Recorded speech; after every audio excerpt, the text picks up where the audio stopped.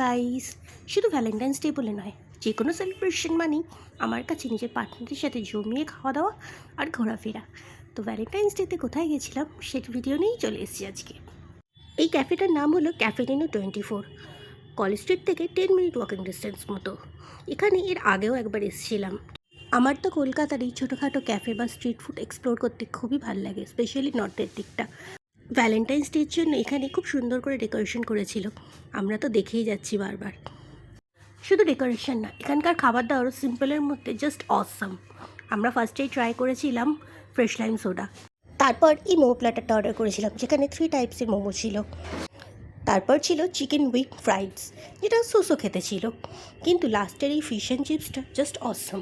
বাইরে খেতে গেলেও আমার ফিশের আইটেম লাগবেই লাগবে, সে যাই হোক না কেন। ভ্যালেন্টাইন্স ডে বলে বলছি না, নিজের পার্টনারের সাথে কোনো স্পেশাল ডেট থাকলে অবশ্যই এই ক্যাফেটা ভিজিট করতে পারো, দেখবে খুব ভালো লাগবে। আজকের ভিডিও এখানেই শেষ করছি, সবাই খুব ভালো থেকো।